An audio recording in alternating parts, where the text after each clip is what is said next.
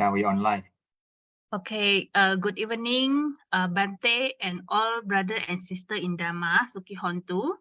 I'm Sister Lala and welcome to Sutta discussion day 53 by Bhante Ganggo Dawila Chandima.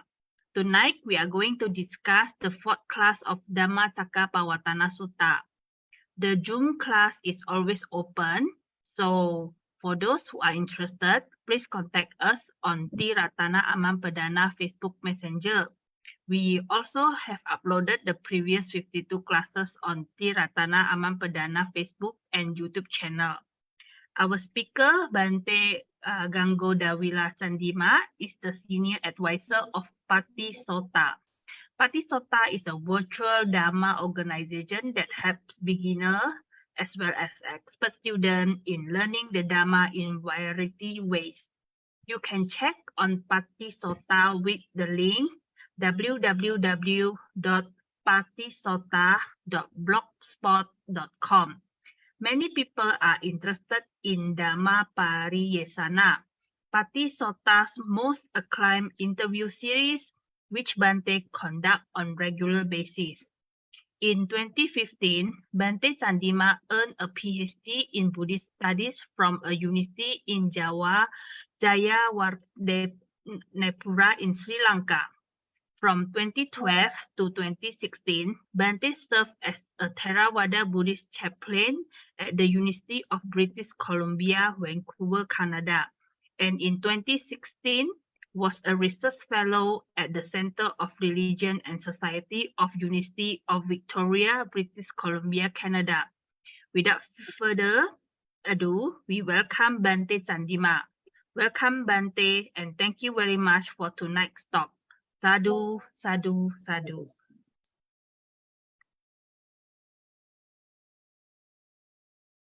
Bhante Chandima.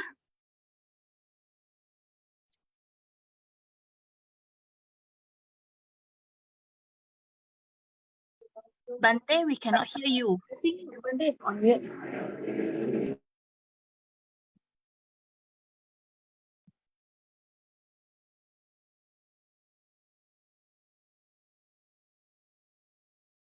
Can you hear me?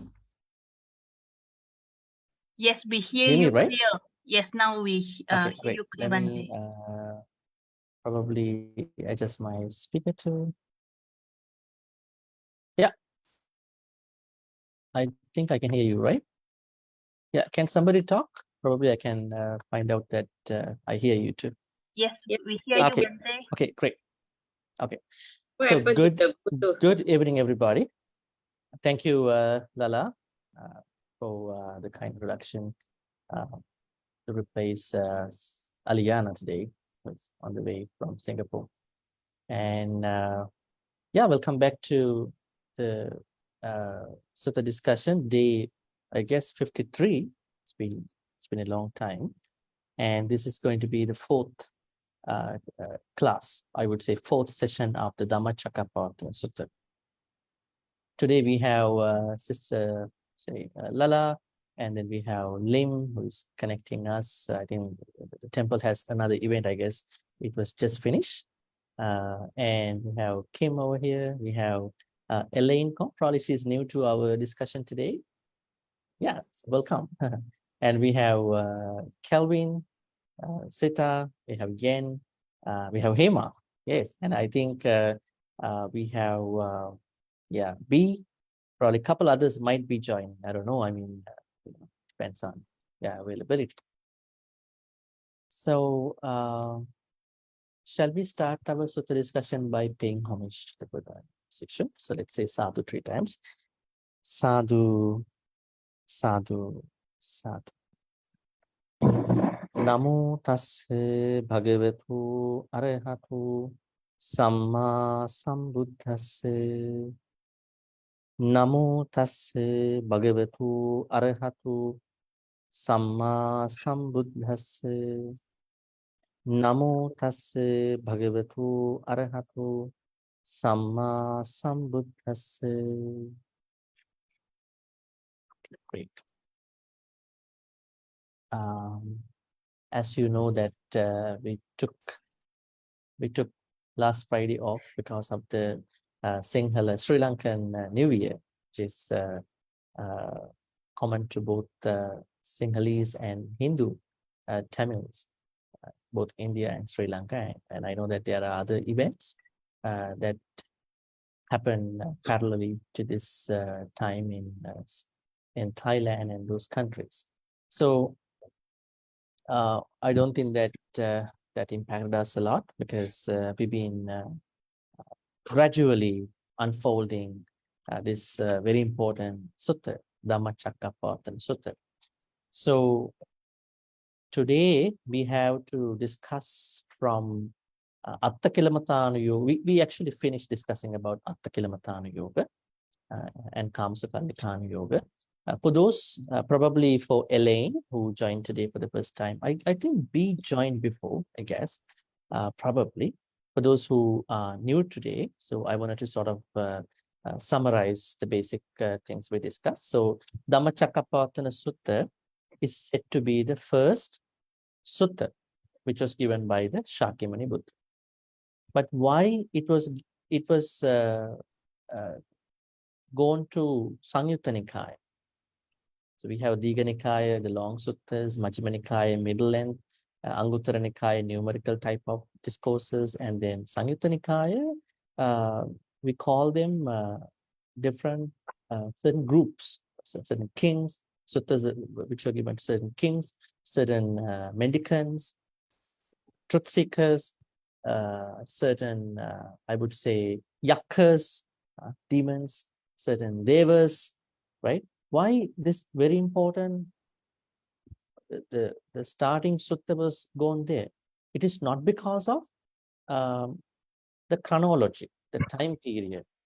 It was gone there because of the contents of the sutta. The contents of the sutta were more suitable to be put in the Samyutta Nikaya. Other than that, it should be the starting, it should be the first sutta. What's the first sutta in the Sutta Pitaka? Digha Nikaya, the first sutta. Can anybody guess? What is the first sutta in the Sutta Pitaka? Very interesting and probably a little challenging question to some. Brahmajala Sutta. Brahmajala. Let me type that for you, so you will then that. And this is the first sutta in the Sutta Pitaka.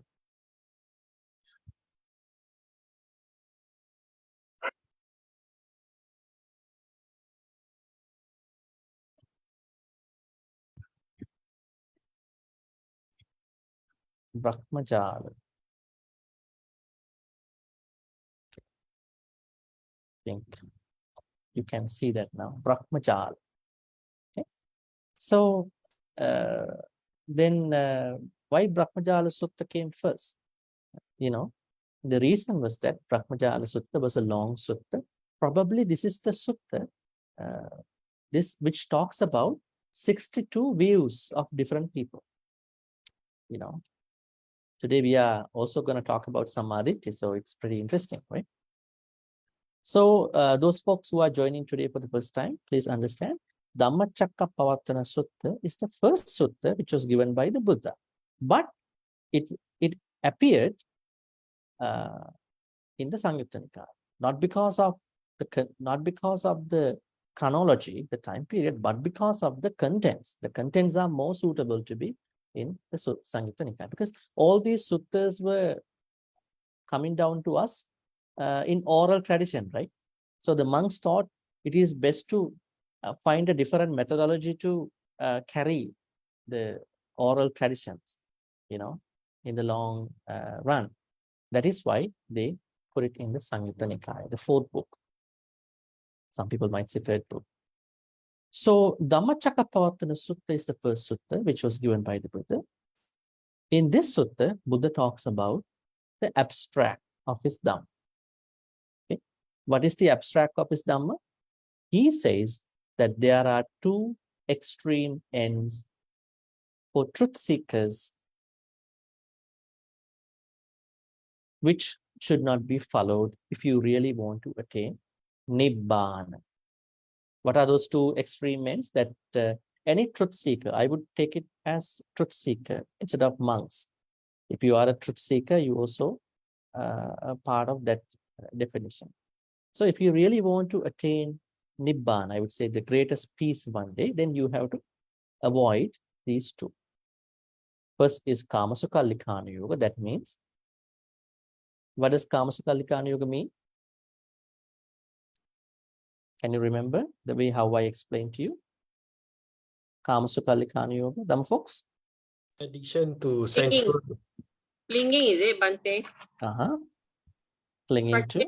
Clinging to sensual pleasures. Clinging to sensual pleasures. Right? So as lay people, you are supposed to have some sensual pleasures. Otherwise, you can't run your life. Right? Even other people also have some level of sensual pleasures. Otherwise, they cannot live on. But clinging to sensual pleasures can be a problem. You cling to a sensual pleasure. Let's take one sensual pleasure, food. If you are clinging to certain food, then your mouth always, your tongue always needs those food. So you are so much clung to that particular food. So you have no control over the food at that point, right? The Buddha said you should have discipline to anything in your life. Okay? What happens if somebody is going to give a gun to someone without a discipline, without a training? Here you take this gun, but the person who is receiving that gun has no training at all. He just knows how to, triggers that part. What's going to happen? But gun is a weapon. It can destroy many people, many beings. So that is why soldiers are highly trained for carrying the guns.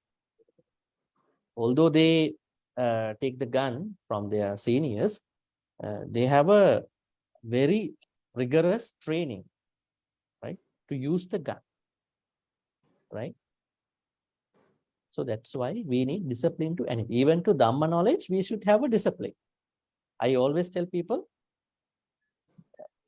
devotees or whoever would like to learn Dhamma first should learn the discipline, methodology of learning Dhamma. And then only they should learn Dhamma. Without learning what it is and then going to learn Dhamma, it's like you are trying to get a gun without the training. What's going to happen to you then? You might use it to attack other people. You might use it to put other people down. You might use it to elevate your self-esteem. Right? We need that discipline. The discipline is we are learning Dhamma to become better people, not to judge other people, not to compare to other people. Right? This is a self-journey. We are concerned about other people too, but this is self-journey. Understanding us is the most important thing in the Dhamma. Then we will understand other people too. But just going to Dhamma talks wherever and then you learning without a proper discipline will bombard you with a lot of knowledge and you think it's a weapon at a certain point. Can use it to challenge other people. That's going to be a problem. That is why the Buddha said, if you don't know what to do with the Dhamma before you learn in Dhamma, it's like you are trying to catch a cobra from either from its tail or from its head. What will happen to you? You're going to catch a cobra from its tail or from the head. You will be bitten really bad. But if you carefully look at what you call a snake catcher, how is a snake catcher going to catch a snake, cobra? They do it carefully. They have a stick. They're going to put it somewhere, press it down a little bit, and they take the whole control over the cobra or snake, and they carefully do that.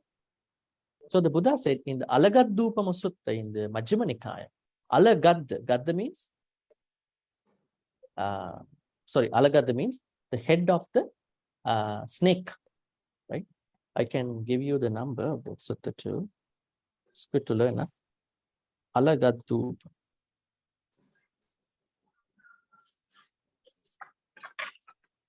Okay, water snake simile. Majjhima Nikaya number 22.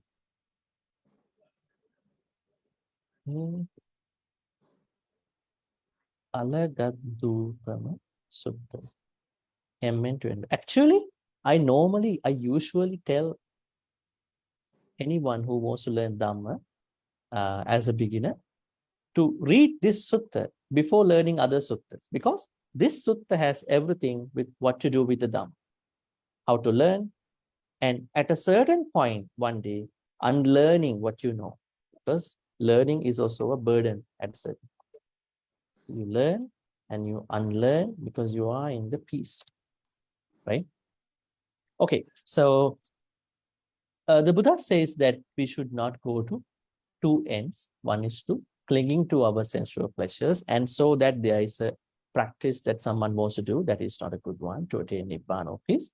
On the other hand, if somebody wants to attain Nibbana by following very rigorous, very difficult, very torturing practices, like not wearing clothes, not eating for a long time, right? Those are not helpful to understand the peace. Actually, if you don't eat a couple of days, then you will not even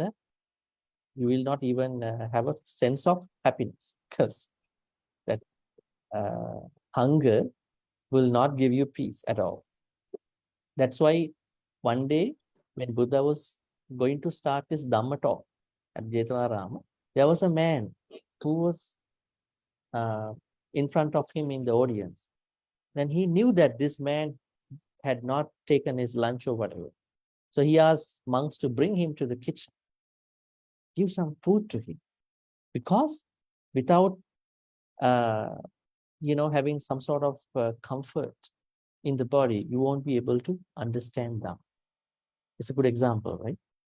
And then the man went to the kitchen, ate something from the kitchen, came back and sat down, listened to Dhamma properly. Maybe when we talk about food in Buddhism, you should not eat too less, not too much. Like your amount of food. Different people are different.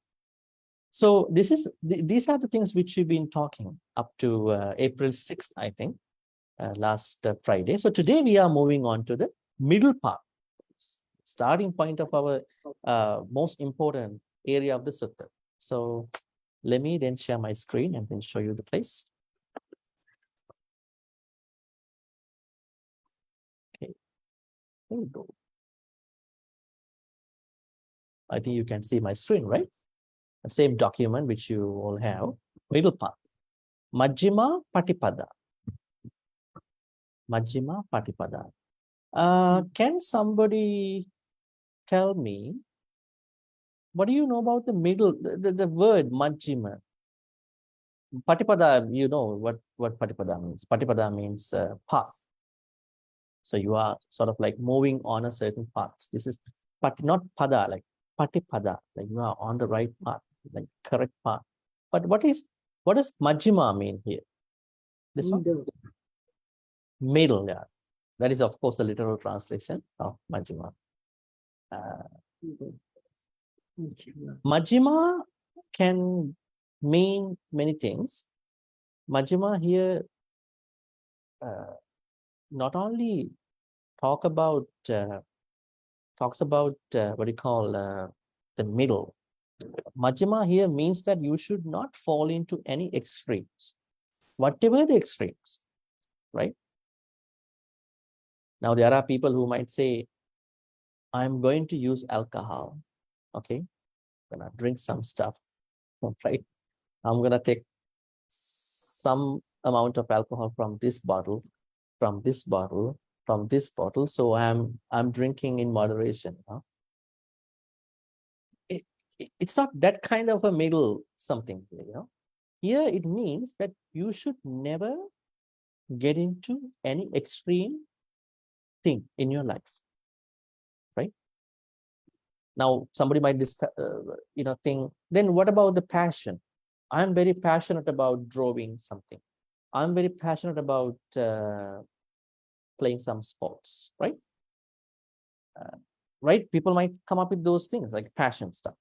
The Buddha says here, this is on a spiritual level.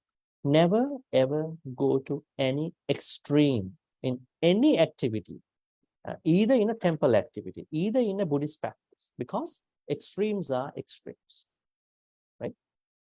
So now here we see the middle part. This middle part explanation is coming up from number 8, and it goes down to number, I guess, 25th. Then I actually break it down to the Four Noble Truths. So today I'm gonna do until 15 sammādiṭṭhi, because these individual path factors in the Noble Eightfold Path has to be discussed individually. So from here, from number 8 to number 15. May I ask from our new folks today? Yeah, Elaine and B, do you have our document with you? This document? No, I have not received this. Okay. Yeah. Okay, so how do we give this document to you? Are you on our WhatsApp group, Sutta discussion? Yes. Okay. Can somebody share this one? Probably. Yeah, maybe I can actually resend to the group. Okay, thank you. Yeah, no problem. Yeah, I got it. Okay, so can you see the document in a forwarded message in the group? Yes, now I can. Thank you very Okay, much. so please click on this one, and there is a download place. Click on download too. Then you see this document. Okay. And how about our other friend over here, B. Ang? Do you have the document with you too? Yes, I have it. I have got it earlier. Thank you. Okay, great. Okay, so I hope Lala also has it, definitely. So I want to ask somebody to read, because one of the things that I like in this session is the Sutta discussion, too. Like you learn some Pali, so that is also very important. So probably we have a couple people here, so I'm going to ask each one to read a sentence. So who is going to read number 8?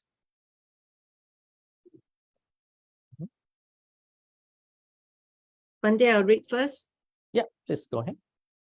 Okay. Te bhikkhave ubo ante anupagama majjhima patipada. Okay, great. It is continuing, but I sort of like break it down here so we can have more people to read. Ete te bhikkhave ubho ante anupagam majjhima patipada. Now, this is very interesting, because if you don't know how to pronounce, it's not good only just by learning the contents. Ete te bhikkhave ubho, not ubho, ubho ante anupagam. There's a comma. Majjhima patipada.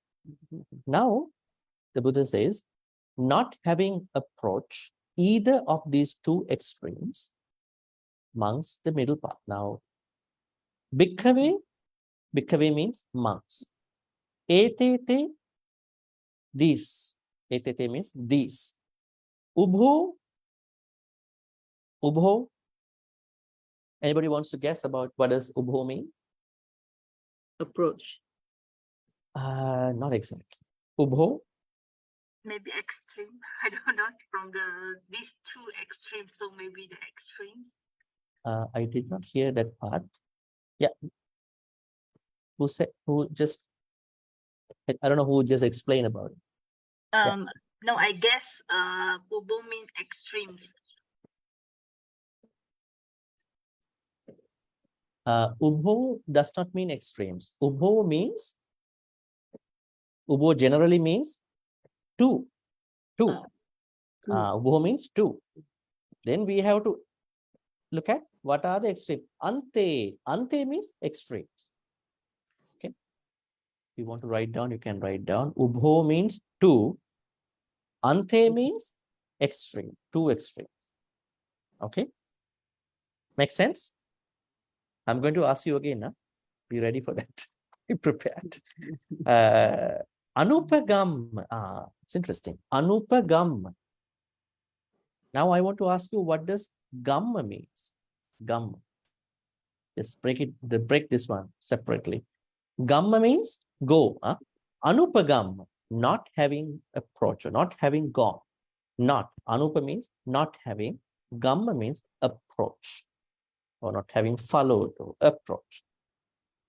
The Buddha says, not having approached either of these two extremes. Ubo means two, ante means extremes. Now you know what these two extremes are, right? Kamasukhallikāna yoga, clinging to sensual pleasures, and then Atthakilamattana yoga. That means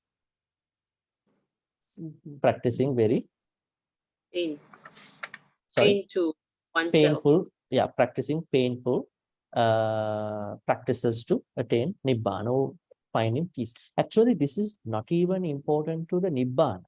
This is very important to our day-to-day peace, actually. We all like to be peaceful, right? If you really want to be peaceful, don't try to cling to sensual pleasures. Just enjoy them as a layperson. If you cling to them, you will end up with a lot of sorrows, sadness. You try to blame other people. You're not like, you did not help me. You did not do that. That was my happiness, right? You are trying to pick on other people, right? Just enjoy it. That's it. And what about the Atthakilamattana yoga? How do we take this Atthakilamattana yoga for our daily happiness? Now, how many people are there who are suffering a lot to be happy? They don't eat well, they don't sleep well, they don't, take some time off for them. Sometimes there are other circumstances which cannot help them to be happy. So always any attempt, any practice that makes some people painful can be called as Atthakilamattana yoga. No right? holiday. No holiday. Even they have holiday, but they don't take holiday. They don't know how to spend holiday, right? It's also a talent, right? So that is Atthakilamattana. Like, without going to Nibbana, you can think about how does Atthakilamattana yoga work in your normal life, right? So the Buddha said, never ever cling to sensual pleasures, but enjoy the sensual pleasure as a person. Also, do not ever practice very difficult, painful things to be happy, right? Because it is not really going to give you happiness. I remember there was a political narrative that is used by some people in some countries. When you select someone for the political positions from a very hardened, very rigorous family, very poor, rigorous family, that person will be able to take care of the other poor people. But that is not always going to work, because when you take the position, you might get changed. It's not about your level of money. It's not about how you grew up. It's about how you look at as a visionary leader, right? So that is why Atthakilamattana yoga is linked to those ideas too. Okay, so not having approached either of these two extremes, ante, ubo means two, ante means extremes, Bhikkhave monks. Majjhima patipada, majjhima means middle, patipada means path. Okay, let's go to number 9. Who's Bhante. gonna read? Yes, Kim. Bhante, may I think you were saying that the Buddha says don't practice any like pain to oneself, right? But he himself did a lot of pain to himself, right? Like A very good question. no food, no. Do you know how do I Yeah. Is it interpret? he realized after Yes. having gone through that, he realized? That So was a that's why he asked people not to attack. yes. That was he himself understood that was a failure in his life, because he spent 6 years of time by only paying attention to the 5 ascetics. Later he understood this will not lead to any happiness. They said don't eat, don't have any comfort, don't take showers, but it did not help him. Rather, he was just emaciated, got very thin, said when I touch my tummy, I touch my back. Those practices never helped me. So I call it's a failure. So then for those people who take failures as big issues in their life, just think about it. Even the Buddha's, like, he was actually just, having 6 years of time, which did not help. Somebody might say, yes, he understood that part later on because of this. But those 6 years did not really help, right? So it's a failure in his path. But he later understood. So for those people who think that failures are really big issues in their life, don't take it as a big issue. Even the Buddha, even ascetic Bodhisattva also spend some time like that. So don't worry about your failures. So understand that failures are stepping stones, learning lessons, but there's always a choice we can do, right? So Attakilamatana Thank you, Yoga is as such. Any other questions before we move on to the next part, number 9? Bhante, how about self-pity? Is it under some modification? Self-pity. Pity. Is Well, it under this? Well, those are, English words. Definitely, there are some relevant parts to this topic. But what we understand by self-pity is that you empathize about you. You want to be more kind to you. This okay. Probably you are trying to empathize about other people's pain. But I don't think they are directly connected to something like Attakilamatana. Attakilamatana Yoga is the further end of painful things, right? Right? Now, we have like modern terms in the modern world, like people say, you have to be a tiger mom, concept. To teach your kids, be a tiger mom. So you will teach your kids very well. And then, work hard. This traditional concept of work hard. No, work smart. It's not just by being hard on anything that you're gonna attain anything. It's just by being smart, because now everything is just a moment away, right? So everybody has access to a lot of things. So nowadays, I think we have to encourage people to be smart in their whatever their fields, right?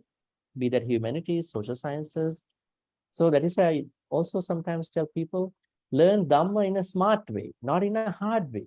Don't push yourself. There are people who think that, I want to be very hard, learning.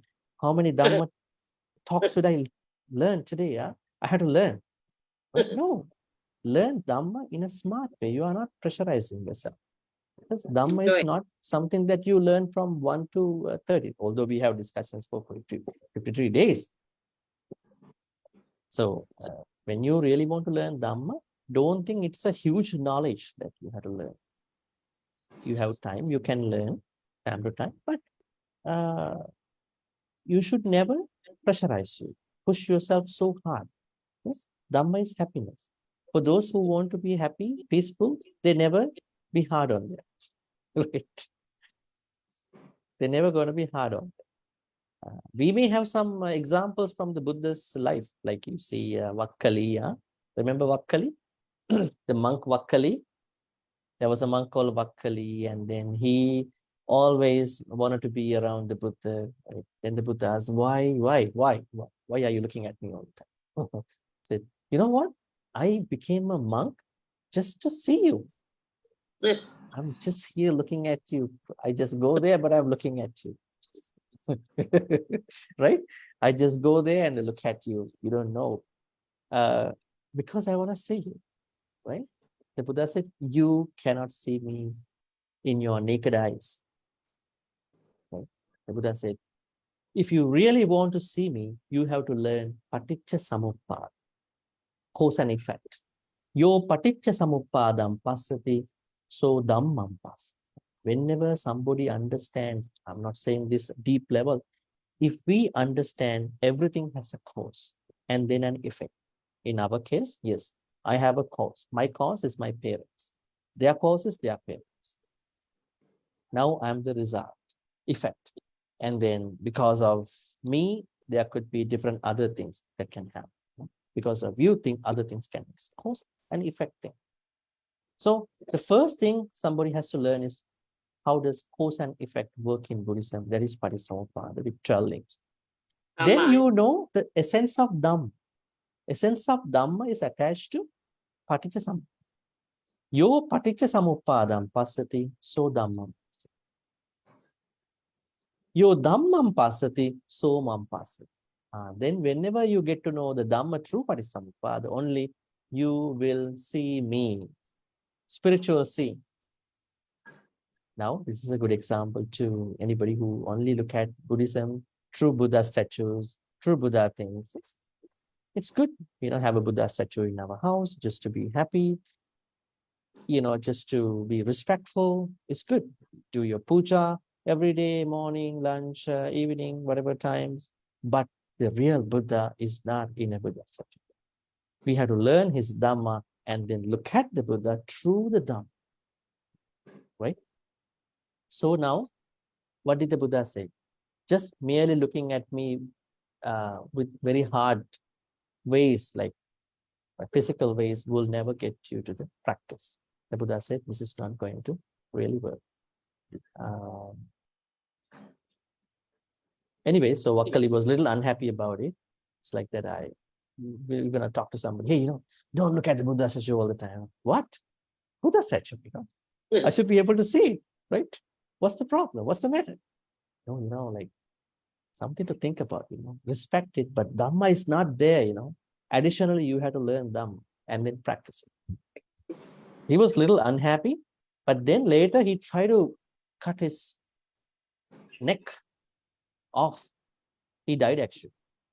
But before he died, because of the pain, being cut, he remembered about the Vedana-anupassana, the second Satipatthana. So he became an arahant. That is another incident. So I'm trying to say that don't practice Buddhism with a lot of hard practice. It doesn't mean that you have to be, somebody asked me the other day, right? Bhante, can I, lie down in the bed and then practice Dhamma? There are ways to practice. But it doesn't mean that you have to be lazy. You have to be so comfy in your house or other place. But just make a reasonable effort, very reasonable effort, which you can do. Don't pressurize yourself. Practice in the best possible way you can, right? In the best possible way, right? For example, now people talk about meditation. Yes, it's a very good thing. What does meditation mean? Do we always have to sit down and then keep our eyes closed? And is that the meditation only? No, it is one type of meditation. It is one of the exercises for the meditation, which the Buddha said in Satipatthana. Then, what are the other exercises? Posture meditation. That means we can meditate even now. How do we meditate here? I am seated here now, and I'm listening to the Dhamma talk. I know I'm seated. I understand. That is meditation. And then, probably before this discussion, you may have had some dinner. While you are having your dinner, then you are focused on dinner. Right? While you are having dinner, you are checking your phone, means you are not having sati at that point. Then that itself becomes the meditation. Whenever you focus on whatever you are doing, it itself becomes the meditation. So, if you ask 100 people, can you come to the meditation? Let's sit down and meditate. Not everybody will be okay with that because they might not be able to do it. But some people might do. Majority of people want something that they could do comfortably. Actually, there are a lot of ways to practice meditation. If you eat, when you walk, when you talk, when you drink, whatever you do in your life, do it with some attention and concentration. That is going to be meditation. Whenever you have more time, take a sit and then practice breath meditation also. There's no harm, right? You can do breath meditation too. So I'm trying to tell you that if you think that Anapanasati is the only meditation to practice, then you are trying to create a wrong thought in you that will not take you to a happiness. It's going to be a very hard practice. That's why whenever you ask, can you join our meditation? I'm going to sit down for long. I can't sit down like that. Why? Meditation has been promoted in only a certain way, because that is what has been happening for many years. But if you really learn Satipatthana Sutta, there are so many ways to practice meditation. We call sati. Okay, so we are sort of trying to go away from our topic. So here, we go back again to our slide. You see here, etete bhikkave ubho ante anupagamma majjhima patipada. Not having approach. Either of ubho means either of two ante extremes, majjhima patipada, middle path. Then, who would like to read the number 9? Me. Bhante, Okay, me. Go ahead, Kim. Tathagatena abhisambuddha chakukarani nanakarani. Great. Tathagatena abhisambuddha. Abhisambuddha. Chakku karani. How do we pronounce this part? This is Nanakarani, or how do we call it? Jnanakarani. Nanakarani. Jnanakarani. Do you have a similar word in your language, Kim? Yeah. Something about the nya. Oh, nya, that's Malay. It's Malay, huh? Yeah, It's not Malay. yeah. Nya, they have this in their language, right? Bahasa Malaysia. Yeah. But I have heard some group of people call Baba Nyonya. Nya, nya, the word called nya. That has something similar to this one. Jnana, not Nanakarani. Jnanakarani. Okay, let's find it. Yeah, Jnanakarani. Jnanakarani. Okay, don't be hard on the word. Yes, you have to learn. Yeah, with smart ways. Okay. Tathagatena. Who is Tathagata? By the Buddha. Tathagatena means by the Buddha. Tathagata means another word for the Buddha. Yeah. Okay. Tathagata. Actually, this word could be more important than the word called Buddha, because Buddha can be used to even Arahants. Every Arahant, every Pacceka Buddha, every Sambuddha can be a Buddha. Called Arahanta Buddha means Arahants. Pacceka Buddha means, Pacceka Buddhas, Buddhas too, and Samma. But Tathagata, this word is only used for the Enlightened. Samma Sambuddha. Only used for the Samma. What is Tathagata? Tatha means Four Noble Truth. Someone who has come to the Four Noble Truths by his own attempts. Tathagate. So let's say Buddha now here. So by the Buddha, Abhisambuddha. So this Majjhima Patipada, the middle path, was awakened by the Tathagata, by the Buddha. Then what does this middle path do for us? Do for somebody is that it produces chakku. What is chakku? Vision. Karani means produces. Chakku means vision. Jnana karani. Karani again produces. Jnana. Jnana means knowledge. The middle path that was awakened to by the realized one produces vision and knowledge. Now let's talk about Bhante, what was the chakku. name changed to Tathagata? Okay, Tathagata. Yeah. Let me type that for all of you, so it's pretty easy for you to understand. Okay. Tatha means Four Noble Truths, and Gata means someone who has come to the Four Noble Truths by himself. Now, who can attain Nibbana by himself? Only a Buddha, only the Sammasambuddha. Other Arahants, they have to learn from someone. Tata means Four Noble Truths. Now, I want to ask you about what does Chakku mean? Produce. Is it? Sorry, Chakku. Chakku. What does Jnana mean?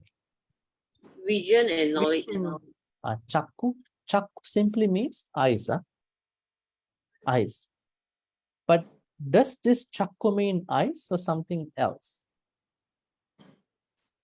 Maybe vision. Vision. Vision. Actually, vision and mission, they are very fundamental parts of an organization. You ask from, what is your vision? You ask for a company, they say our vision is to achieve excellence in research, right? You ask from a university, maybe disseminate, create knowledge, disseminate the knowledge. And then what is your mission? How do you going to achieve that, right? Your way to achieve, how do we do that, right? Your method. In the same way, here, even though we say vision, now this Chakku means the Buddha had this, what do you call?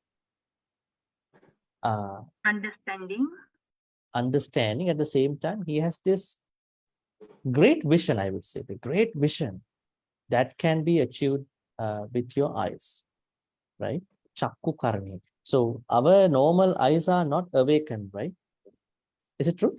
Our eyes awaken all the time, or are our eyes always tempted by other people around us and other stuff around us? Our eyes are always, mostly they are tempted by other people and other things. So then do we have a vision in our eyes? If you have a business, yes, you might say, yeah, although I am tempted by those people, I have a vision with them. You might say so. But our eyes are always captivated, taken over by some other objects outside or inside. But when you attain Nibbana through peace, through the noble, what you call the middle path, your eyes are going to develop yourself to the highest level through those eyes. So you have the perfect what you call the benefits through your eyes. You are not tempted anymore. Then I'm not saying temptations are not necessary, because you may have a lot of temptations. I'm not talking about the people. Let's say you go to a shopping mall, grocery store, right? Always saying that you want to do shopping, eat well before you go into the shopping places. You might eat a lot while you're shopping, right? So because temptations, right? If we really make us comfortable, then we are not going to be additionally looking at any other comfort, people and other stuff, right? So Buddha says that when you follow the middle path and then going to be peaceful, let's say happiness, and then let's say the highest level Nibbana, you have literally developed your eyes to the highest level. So that means when you follow the middle path, you produce that highest vision, Chakku karani.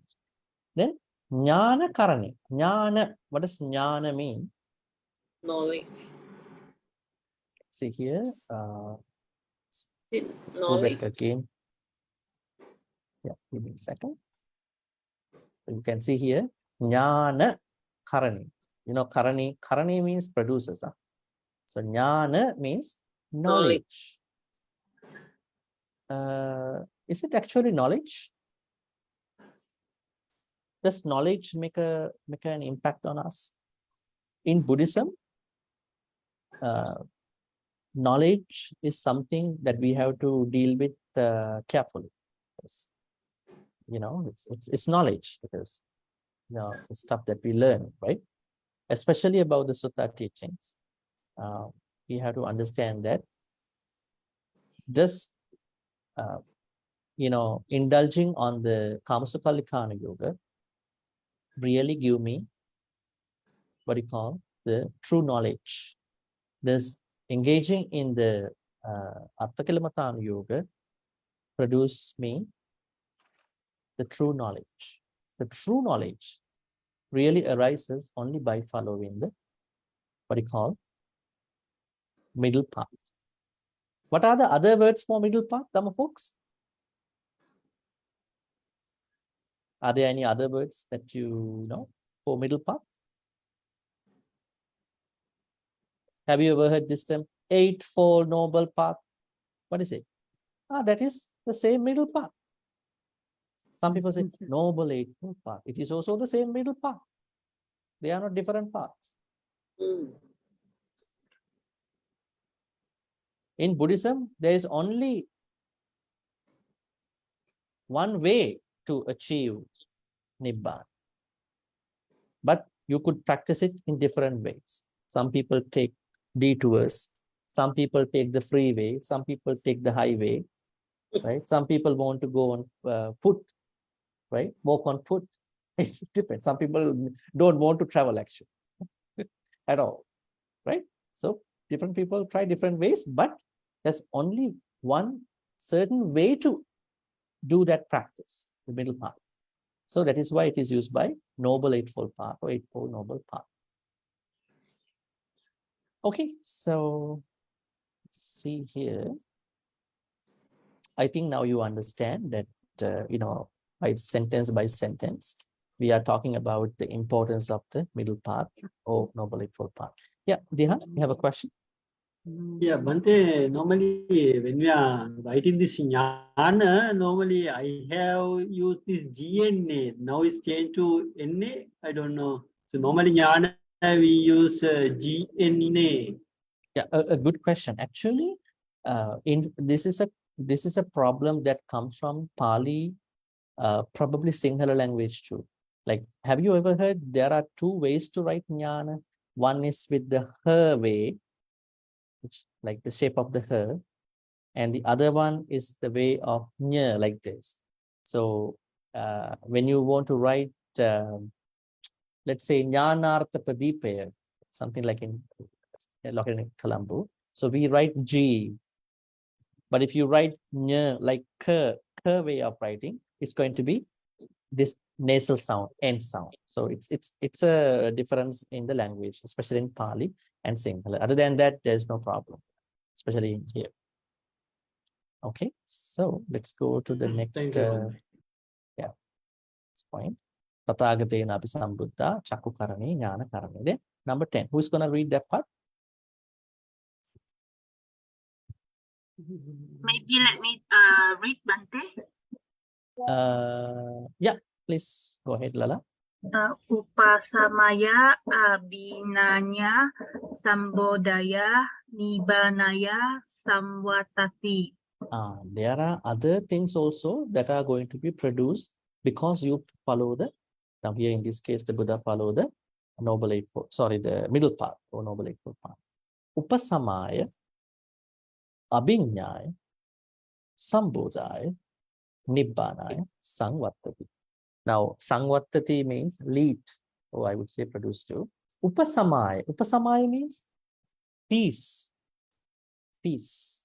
We all wish for peace, right? Abhinyaya. Abhinyaya means direct knowledge. What does direct knowledge mean, Dhamma folks? Abhinyaya. Now you can see that before nya, there's abhi, that means direct, not just a knowledge. What does direct knowledge mean? What do you think about it? Direct knowledge. Maybe a knowledge that we experience by our own, then we get the knowledge. Not Yes. something that we read from book. If something that we read from, maybe it's called indirect knowledge. Yes. Yeah, you brought up the context. That means we learn by our own experience, right? That's pretty interesting because that happens only now. In this case, you are meditating, you are learning, practicing kusala, so you understand by yourself about what it is, not just listening from somebody else only, right? Direct knowledge. You have the direct knowledge. You can have it. That is much easier to understand most of the things. Yeah, great. And then Abhinyaya Sambodhaya. Sambodhaya means full awakening. Now we normally call Sambodhaya for a Samma Sambuddha, right? Full awakening, right? Sambodhi. Then Nibbanaya. Nibbanaya means, what does Nibbana mean actually? It's a part of that one. Anybody wants to share with us about Nibbana? You know, everybody wants to attain Nibbana, right? What does Nibbana mean? The whole idea of Nibbana. Now, at the end of any meritorious activity, Dhamma sharing, Dana offering, or monks always say, let's wish to attain Nibbana. So what is the context of this Nibbana? Hema, I think you have something to say, right? I think the word here is extinguishing. Great. Extinguish, that means end of suffering or end of all those defilements or samsara. Yeah, something a little bit closer to that idea of extinguishment. You know what does extinguishment means, right? There's a fire, you know, fire. Yeah. You know, the fire You know. brigade has to come and then blow it out. I would say they have to extinguish the fire. Nibbana simply means there is a fire within us. There are 11 types of fires that are always in Burning. progress, right? Raga, dosa, moha, asoka, parideva, so and so forth. So what you do by attaining Nibbana is that you are going to blow out, or I would say extinguish, the fire that is caused by 11 things. Interesting, right? Nibbana means that. Nibbana means that you are trying to extinguish. Now, I would give you another example to compare this again. Remember Kisa Gotami. How many of you know about this woman called Kisa Gotami? Huh? No. You have never heard about Kisa Gotami? Really? Kisa Gotami. Is it the one with the baby died? That one? Yes. Yeah, That the you're one? right. Yeah.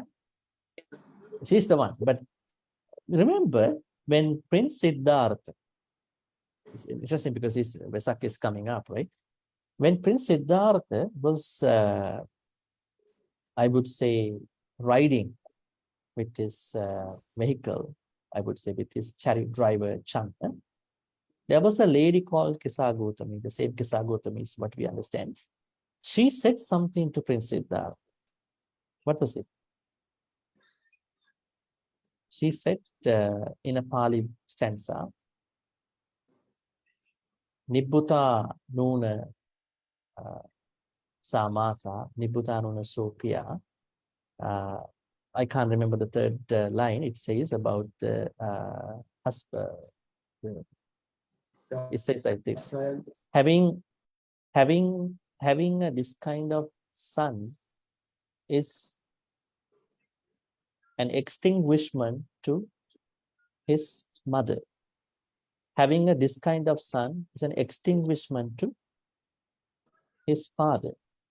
Having this kind of husband is an extinguishment to his wife.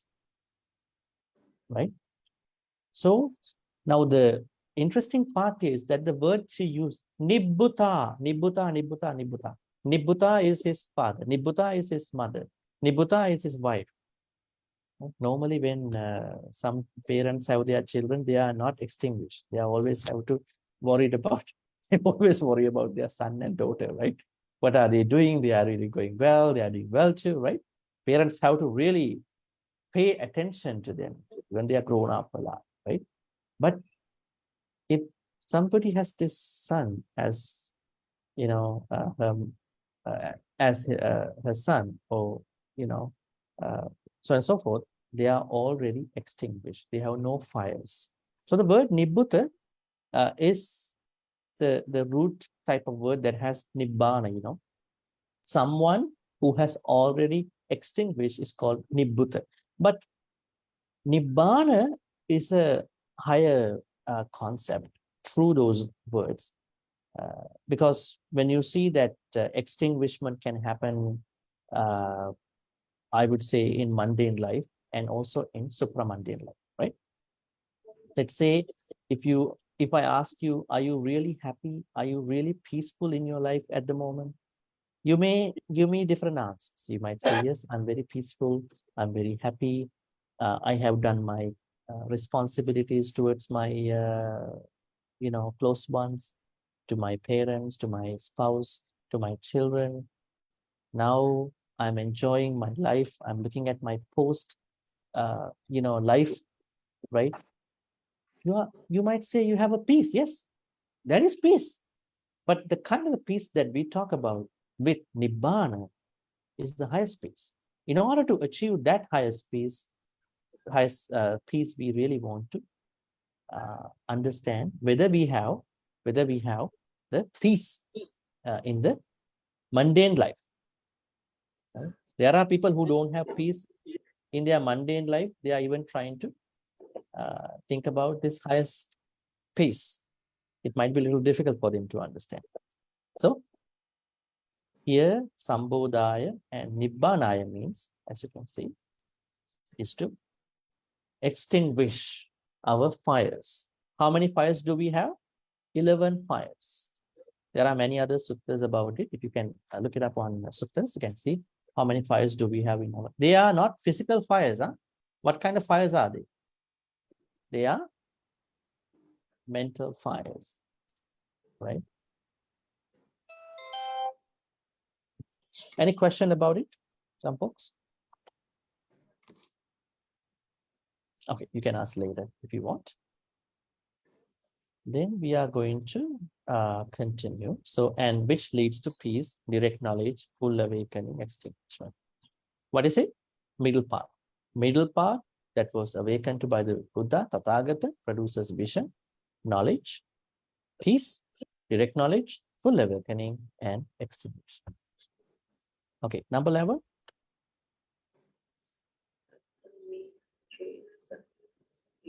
Yeah.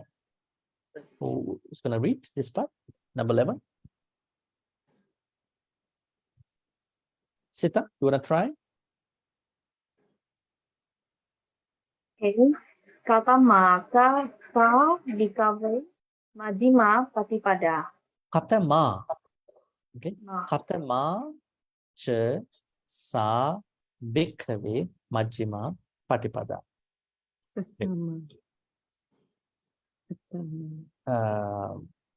Interesting. Why it was given as sa? Sa is a feminine suffix here, right?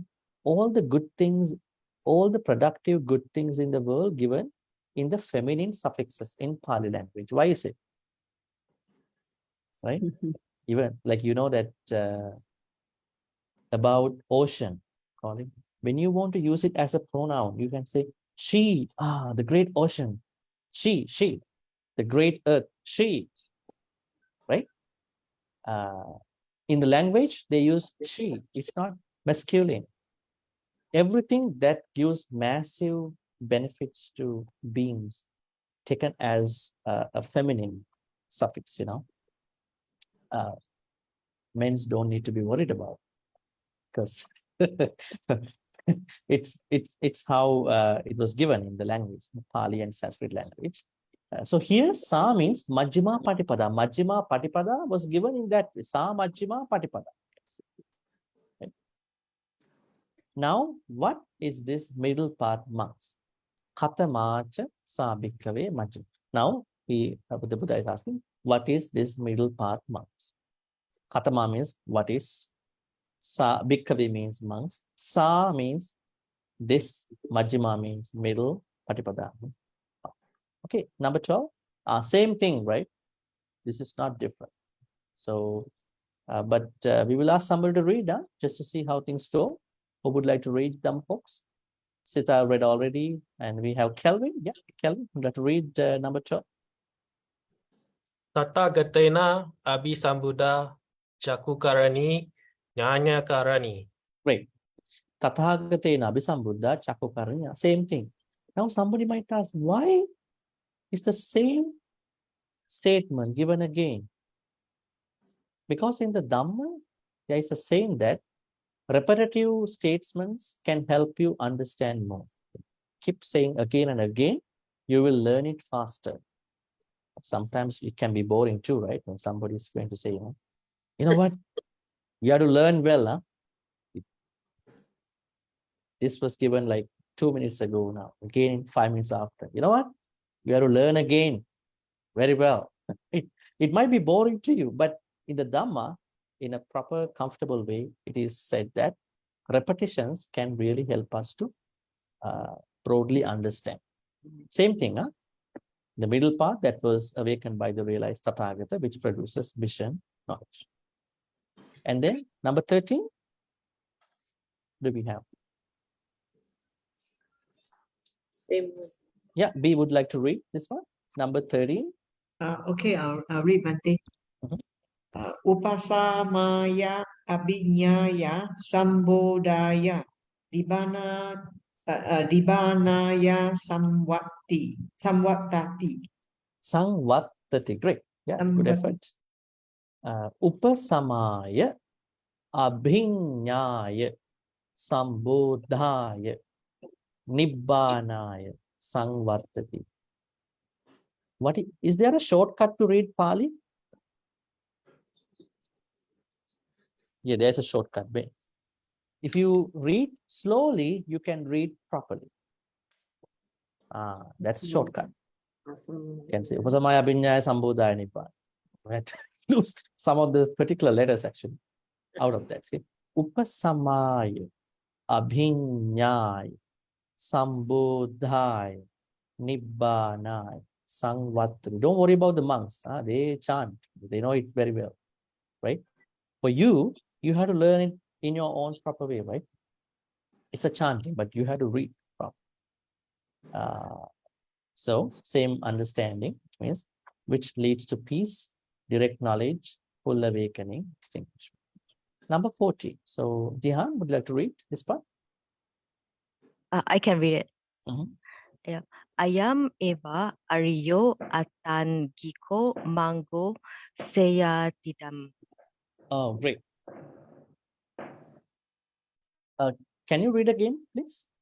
Okay. Mhm. Ayam eva ariyo atangiko mango seyatidam. Great. Ayam eva ariyo. Actually, this was combined in some books. Ayam eva ariyo. So, here it is decombined. The words have been separated, for the way how it was given. Ayam eva ariyo attangiko maggo. Now here is the word that many people like mispronounce. Sayyatidang. Sayyatidang. As follows. Sayyatidang. Okay. Ayam eva ariyo. Ayam means it is. Eva, it is this. I would say it itself. Right? Ariyo. What does ariyo mean? Ariyo. Noble. Ariyo means noble. Attangiko. Maybe we can ask from Elaine. Would you like to try understanding? Attangiko. How do we explain attangiko? Let's go to individual parts here. Atta. Okay. What does atta mean? Atta means 8. Right. Atta means 8. Then? Noble. Yeah, ariyo means noble. Atta means 8. Then? Angiko. Anga. Yeah, anga. See? Angiko, you can say. Angiko. Angiko means? Factors. Components, factors. Right? So, now this is about the middle path or Noble Eightfold Path. So this path has 8 factors.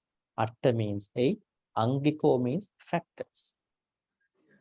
Does it make sense? Attangiko Maggu. Say it either as follows. So you can see the 8 factors: sammādiṭṭhi, sammā-saṅkappho, sammā-vāca, sammā-kammanto, ājivo, vāyamo, sati, samadhi. Now I want you to see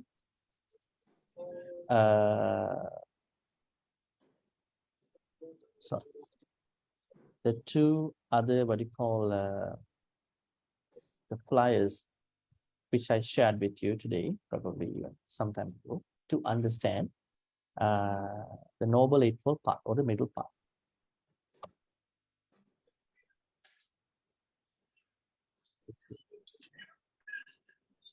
Noble.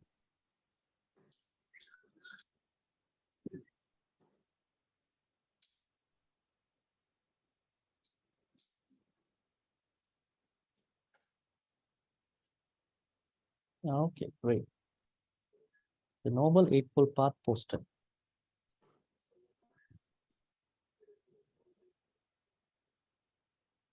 Okay, now you can see the 8 path factors, right?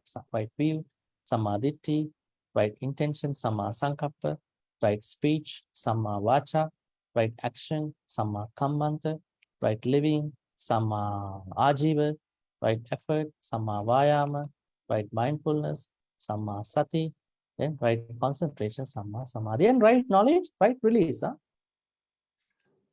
1, 2, 3, 4, 5, 6, 7, 8, and 9, 10. These are practiced by the Arahants and onwards, Pacceka Buddhas and Buddhas, right? Only these 8 are relevant to those people who are going to attain Nibbana. Now, you can see Kamasukha over here, right? Overindulgence, and here self-mortification, I would say Atta-kilamakani. So this is in the middle, right? Today, we are going to learn some of the highlights of the first one, sammādiṭṭhi. Before that, let me ask from you, what do you think about sammādiṭṭhi? Sammādiṭṭhi or diṭṭhi or whatever. How do you explain? How have you perceived about this diṭṭhi path? Right view. Right.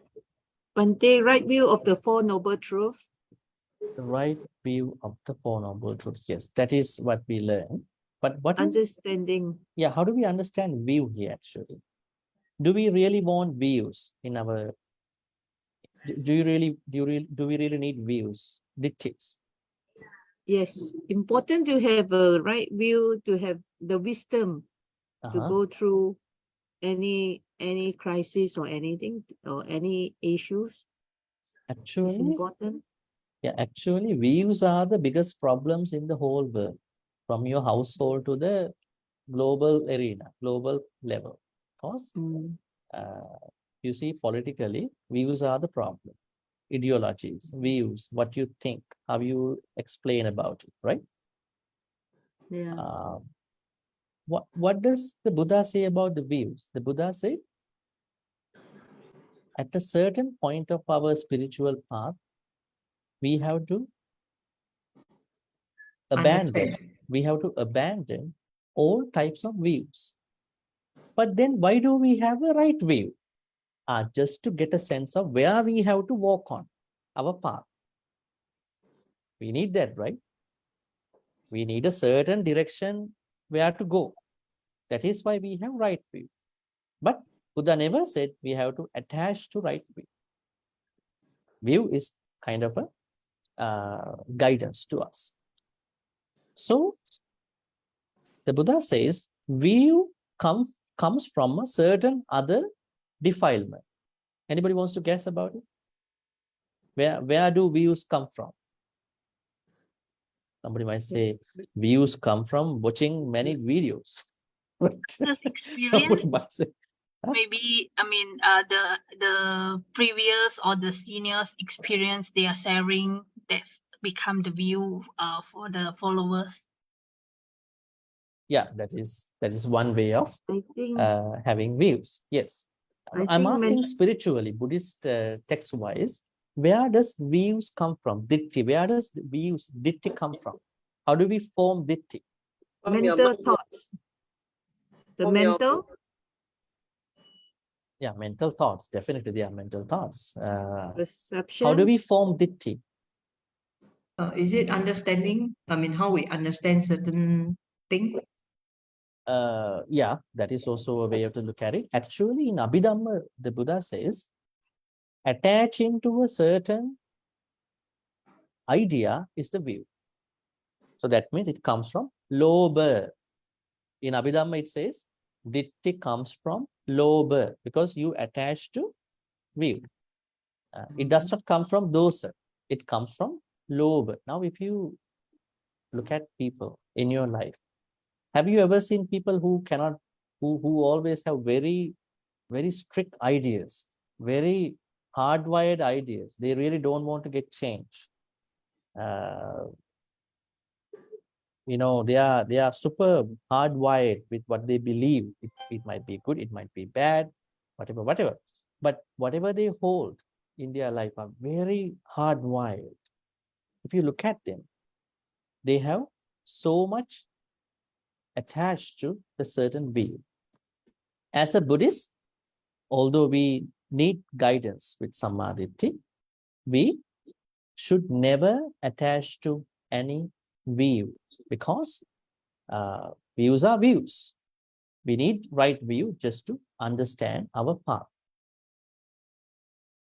I think depending on the time, we might have to do sammādiṭṭhi, sammā-saṅkappa, probably together again because of the short time. But I will give you some highlights about sammādiṭṭhi. Now, Dhamma folks, if you could see this flyer again, I want to show you something.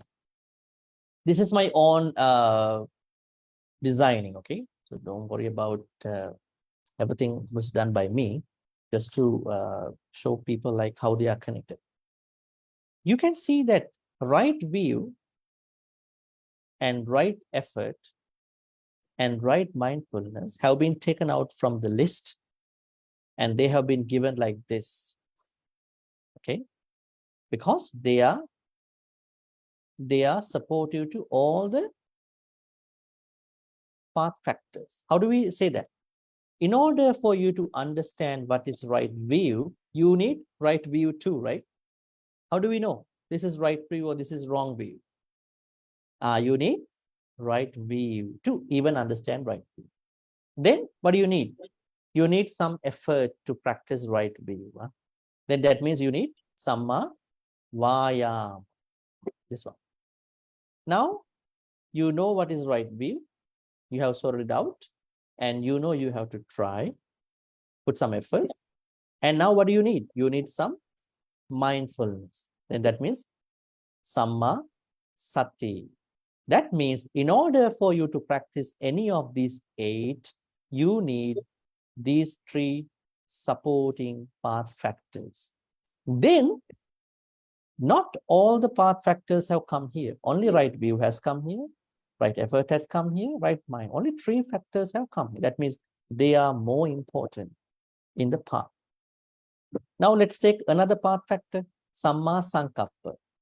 In order for you to understand this is sammā-saṅkappa, right intention, this is wrong intention, what do you need? You need sammādiṭṭhi.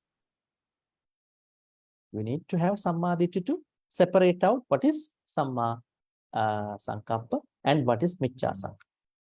Then you need effort, right effort. You need mindful. Let's take right speech. How do we call right speech in Pali? Samma vacha. In order for you to understand this is right speech, good words, these are the bad words. What do you need? You need right view. That means right view affects all the path factors. Okay. I think you have this on your WhatsApp group. I want to show you the other flyer because it has the sammādiṭṭhi contents very well explained. With that, we can go to the conclusion of today's discussion. Okay, so sammādiṭṭhi, right view, is twofold. Unenlightened right view, that means this is what we are supposed to practice. Only when we attain nibbana, then this is our right view. Because let's say you attain nibbana one day, this is the right view practice you are doing. Dhammacakkappavattana Sutta is the place where it is mentioned. Let's talk about the sammādiṭṭhi that we have to practice in our life. There are 10 things that we have to do. Giving dana is the first one. Why giving dana is very important? Because you believe kamma, right? You believe kamma. So that is the first thing that helps you to create right view in your mentality. Giving dana probably in different other large ways, maybe small offerings. Then there are results from good and bad actions, good karma, bad karma. Mother is a special person. Why is that affecting right view? Mother is a special person. Father is a special person. Why are they connected to our right view? So, is someone who does not take care of his or her parents not able to practice right view? Yes, there's a problem, because when you respect your mom, take care of your mom and dad to the best of you, that creates lots of gratitude, respect.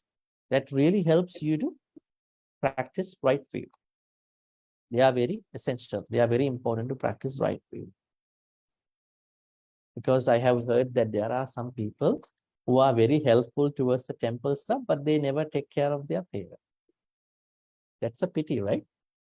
They go to temple, they offer dana, they help out the monks, they do a lot of big ceremonies, but they don't care about their mom and dad for whatever their reasons. So you only have one mother, one father, so it is our responsibility to, because once they are gone, you cannot do anything. You only do dana, this kind of stuff on you, right? And then there is this world, there is other world. We believe that our life is on a samsara. There are different places to be reborn. There are spontaneously reborn beings. Who are they? Who are born spontaneously? Who are born spontaneously? Are we born spontaneously? How were we born? We were born to our mother and father, especially to our mother, because of their connection. Are there other ways of birth? Yes. There are other beings who are born out of eggs. There are some other animals, they are born out of dirty places. There are other beings who are born out of different other ways, right? So, there are some other beings who are born spontaneous. Who are they? Devas. Devas are born without mother and father. That is something to we may not have seen them, but we should have a belief about it to have sammādiṭṭhi. And then there are ascetics, wise people who develop special powers through direct knowledge meditation. Now, remember what Lala said about direct knowledge. So we have to believe that there are still some wise people who have attained different jhanas and then different meditative practices through their own practice. So we have to achieve them, we have to approach them to know what is good, what is bad, kusala, akusala. So this is basically the sammādiṭṭhi or right view that is applicable to all of us at this point. So we can talk about sammādiṭṭhi from super mundane ways too. Maybe we can do it next day, next Friday. So we're going to do a little bit of sammādiṭṭhi again, and then we are going into sammā-saṅkappa. With that, I want to ask you any questions. Do you have any questions about what we've been doing today about sammādiṭṭhi and the middle part, basically?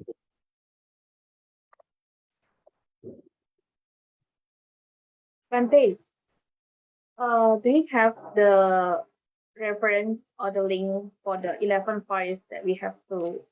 The sutta, right? Yes. I think Aditta Sutta, I guess. Yeah, Aditta Sutta.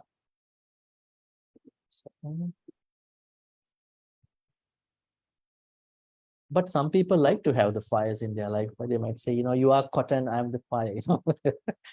That's in the local, like secular ways. But on a spiritual level, that is different. We are suffering. We are fired by 11 other fires.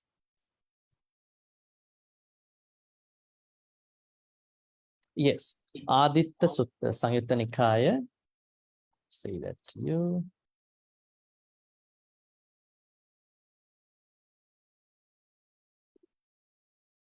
28.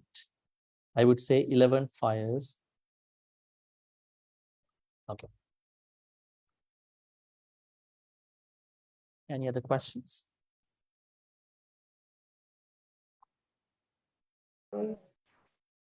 Please ask any question if you did not understand. If there were any places of lack of clarity, which appeared to you in different ways.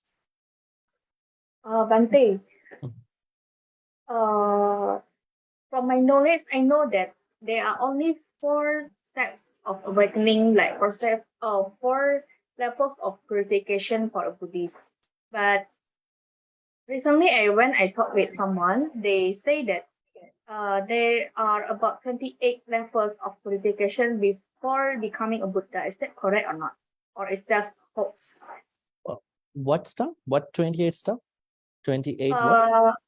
Like in Buddhism, from my understanding, we only have 4 stages of awakening. 4 stages.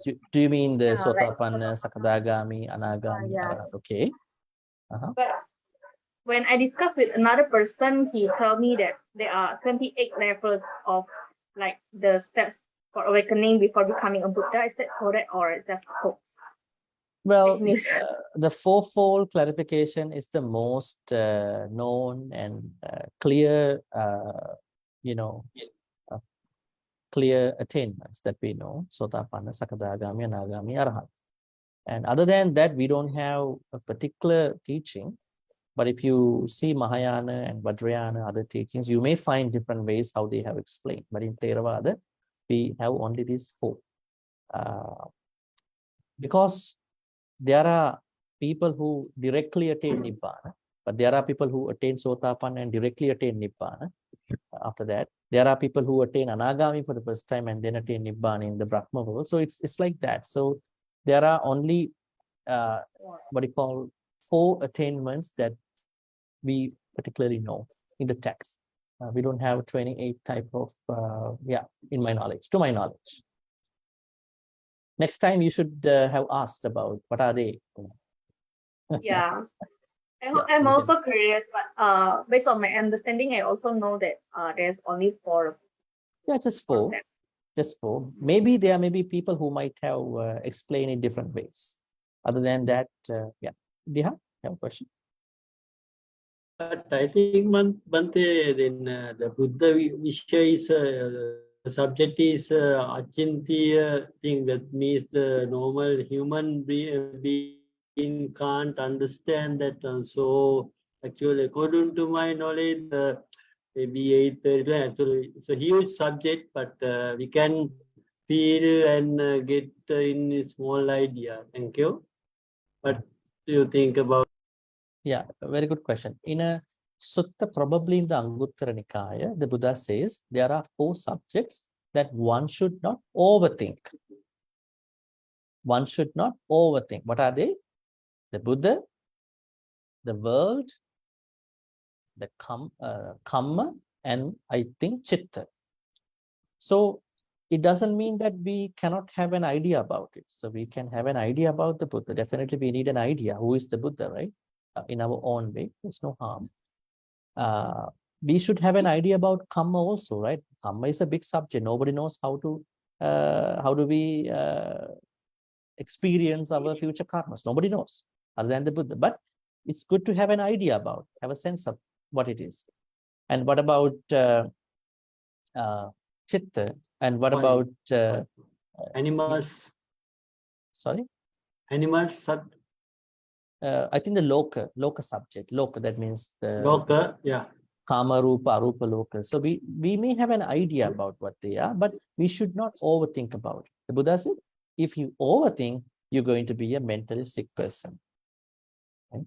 So in Bhante, the 5 subjects, right? Loka Vishaya, Abhidhamma Vishaya, Buddha Vishaya. I think only 4. Satta Vishaya. I think only 4 to my knowledge. Yeah, in Anguttara Nikaya.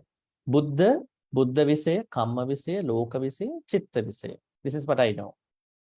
So the idea that other people have to understand is that the Buddha said, do not overthink about even this precious subject. Do not overthink about the Buddha. Do not overthink about what you call chitta, your own mind. Do not overthink about kamma, right? Because do not overthink about the world. But, for scientists, it might be a subject, like those people who want to study about, astronomy and all kind of stuff. So overthinking is the problem, but it doesn't say that we cannot have an idea. Definitely we should have an idea, right? Because just because they are really deep subjects, we cannot just, walk away. So we have a very reasonable, comfortable idea about what it is, right? Any others?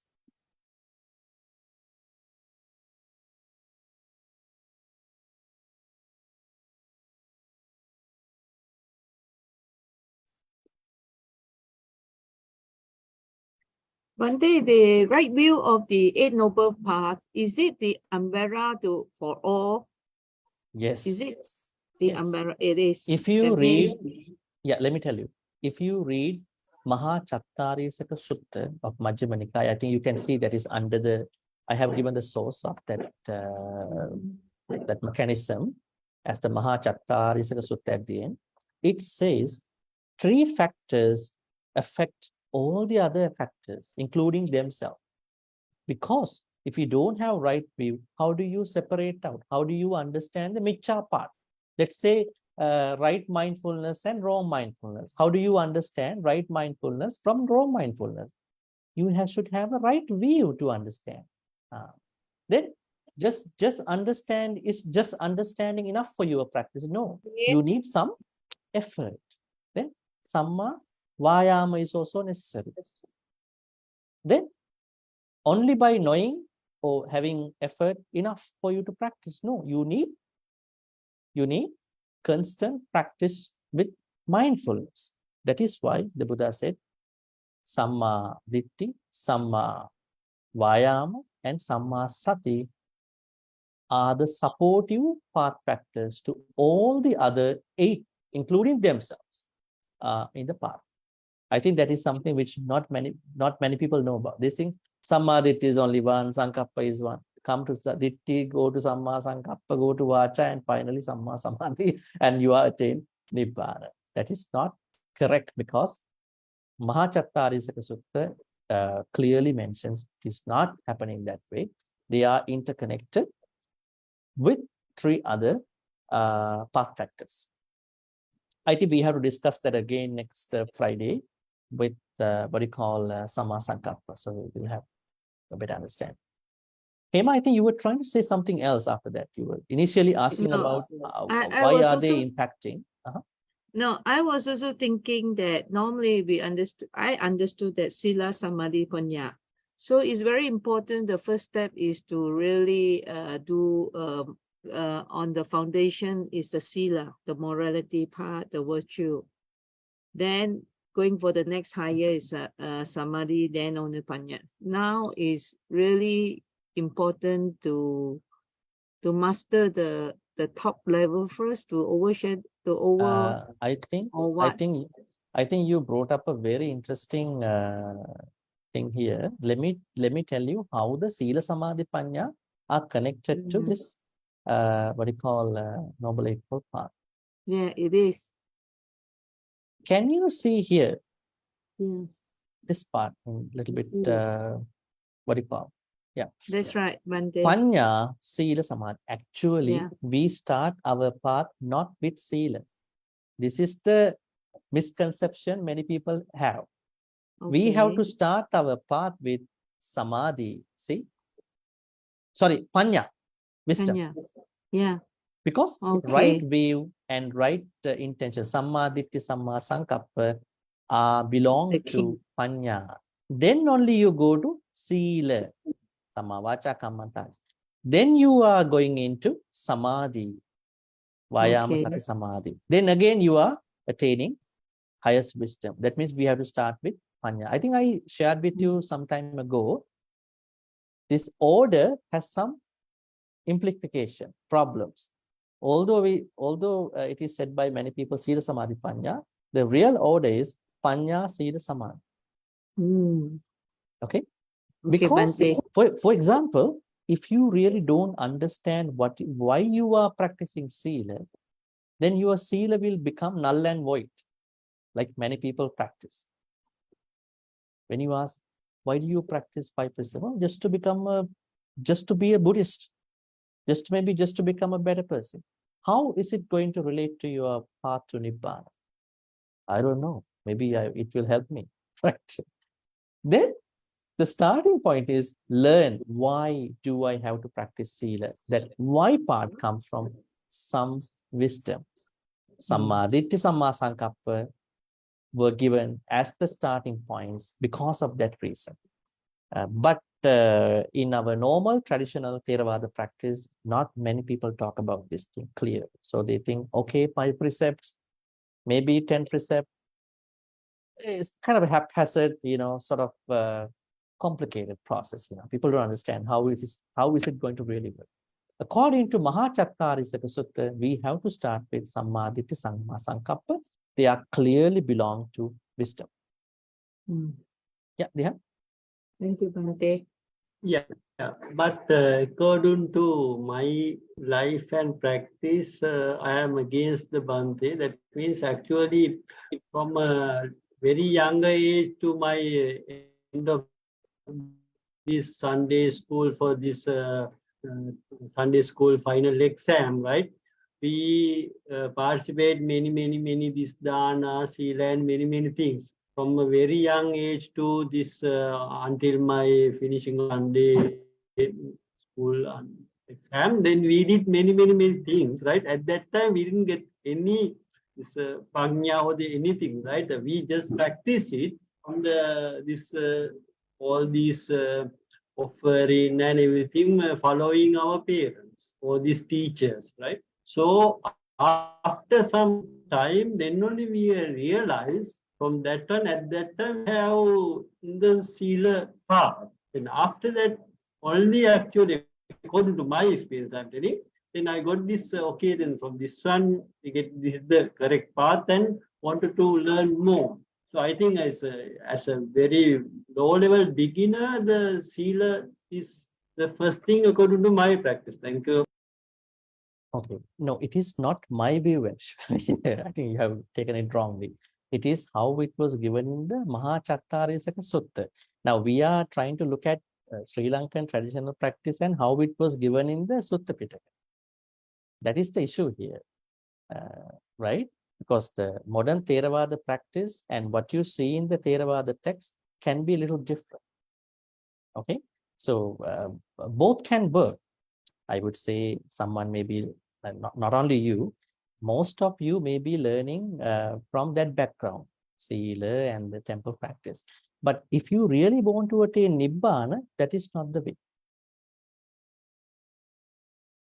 That is not going to work. That is why you are still learning. If you practice in that way, you already must have attained Nibbana, according to the books. Because we learn Buddhism in our traditional way. Sri Lanka, Burma, Thailand, even Malaysia. So traditional ways giving more about the Sila part. That is not wrong, actually. I'm not saying it's bad, it's wrong. But it does not help us to progress in our path. Right? So let's say there is someone who is practicing Sila for the whole lifetime. It's not bad. but she's not progressing in the path, right? That is the problem, right? So we are learning from the text. So Sri Lanka and all other countries, they have their own way. Actually, we have witnessed that more than all of you. But the books say, the textbooks say, especially suttas, it's not my idea. Texts say we have to start with some level of panya. Panya does not mean the highest nibbana at the beginning. Panya means we have to give people a certain knowledge of how your sila is going to work, right? Now, I mean, if it was clearly given to many people, then they know, why do I practice sila? If they do not, then what will happen to them is that they are going to fall into silabbata paramas. What does it mean? Silabbata paramas. They are going to fall prey to extreme practice of sila, which is a sangyojana dharma, fetter in the samsara, right? Silabbata paramas. They only practice sila. They don't know, why do I practice sila, right? So we are not trying to deal with traditional practice. We are trying to say, what do the books say on how to really tap into our attainments? That might not be the way how the traditional Buddhism has been telling you. Just because of that, we cannot blame anybody. But you have come out of that step to know what should be really practiced. So that is why Dhammacakkappavattana Sutta says we have to start with sammādiṭṭhi, sammā. Not even that. If you ask from anybody, how do we practice the middle path? What do they say? Start with sammādiṭṭhi and sammā. Are they related to sila? They are related to panya. That is how it was given. Hema, yes. Please unmute your. Can you unmute, please? Yeah. Bhante, may I have, can you write down the sutta? Which one is it about? The one that we related to this one. Dhammacakkappavattana Sutta.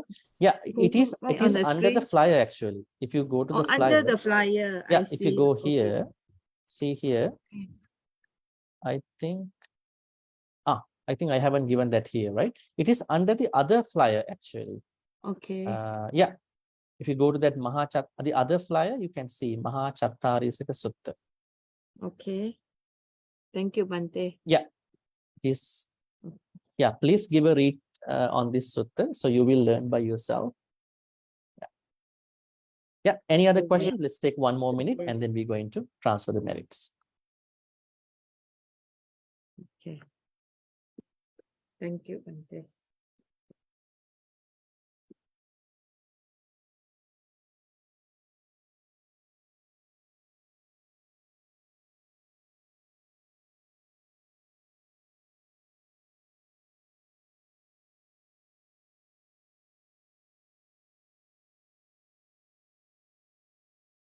Okay, looks like there are no questions. So let's go to the transference of merits now.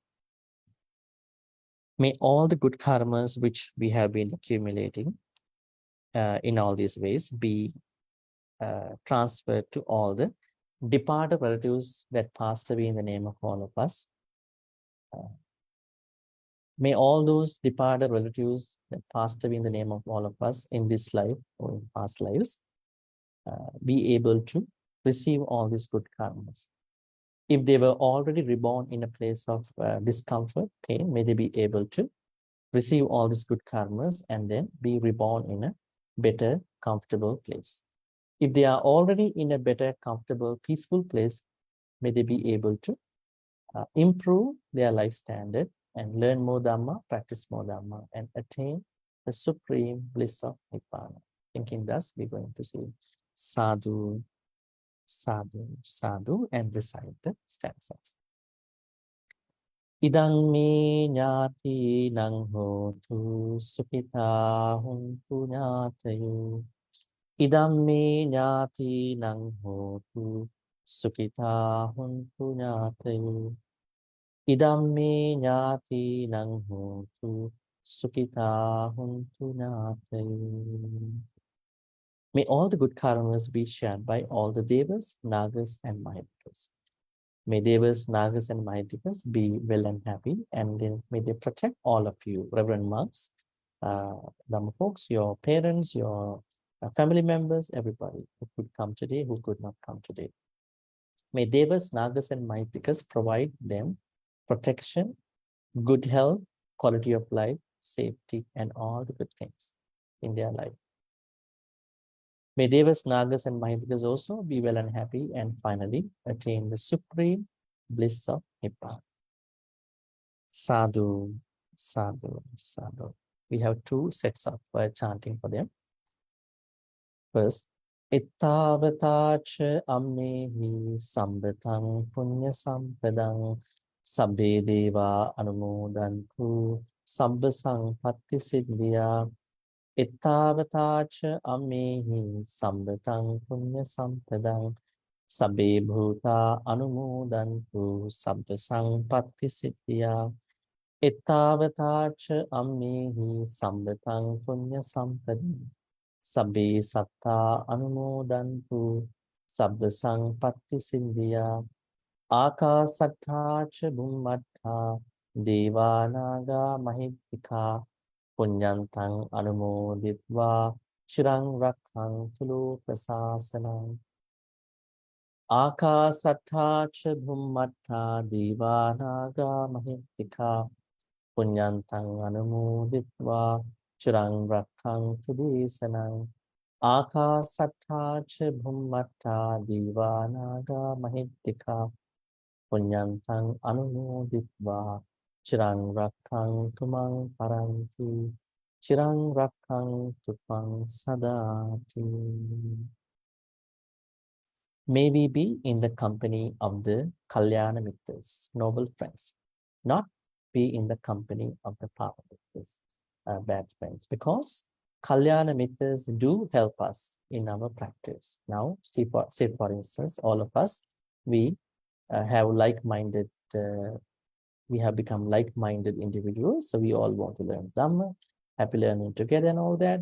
So this influence is really helpful for all of us to stay focused and then to navigate our Dhamma path. Thinking thus, we're going to recite this steps. Imina punya kammena mami bala samagamu satang samagamu hotu yavanibbana pattiya. Finally, may all the good karmas which we have been accumulating in all these ways be supportive and helpful for all of us to attain the supreme bliss of Nibbana. Sadhu, sadhu, sadhu. Abhivadana silissa niccang vaddha pachayino chattaro dhamma vaddhanti ayuvanno sukhang balang ayurarogya sampatti sakka sampatti mevacha ato nibbana sampatti iminate samijjatu. Sadhu, sadhu, sadhu. And I think that we are going to meet after the Vesak day, I guess, by next Friday. So I wanted to wish you have a happy Vesak practice. I mean, whatever you do in your temple and your own practice. Hope that you celebrate Vesak with your own practice very well with the local temple and other practices. So we'll be studying about the rest of the important facets of sammādiṭṭhi. I don't think that we have been able to cover the massive area of sammādiṭṭhi today, but we covered about the middle part and the what you call the contextual background of sammādiṭṭhi. Now, most of you may have understood sammādiṭṭhi to be only one factor. It is not. Sammādiṭṭhi affects all the 8 factors, not even affect. You have to bring sammādiṭṭhi to practice 8 factors, including sammādiṭṭhi. Not even that, Samma Vayama and Samma Sati, they all couple together and then affect our practice. And then what is Ditti and what is, we haven't done about Machaditti a lot. And then we will talk about Samma Sankappa. So both of them, in required length. So I wish you a good night and yeah, So take care. Okay. Good night, Bhante. Good night. Thank you, Good night, Bhante. Good everybody. night. Thank Take care. you. And I Thank want you. to thank Lala Thank you. to take over Good night. today Aliana's position today. Yeah. Yeah, But thank you, Lala. Bhante, next you. week is 28th, not Vesak Day yet. Sorry, that was I was So thinking next week about there's class. Is there a yeah, class that was next a week? mistake. Yeah, it's going to be 28, so we have no problem. Even we have no problem May 5th too, but May 5th is just after Vesak, I guess. May 4th. Yeah. Okay, thank you, So, Bhante. no problem. Good night, brother, sister. Good night. Good night. Sister Lala is going to Bhante. organize a class, I guess. You want to Yeah, I share mean, something with us? Yeah, just share with us. Okay. Actually, we will having a Buddha, a Buddhist Dhamma class in English with Shaman University student.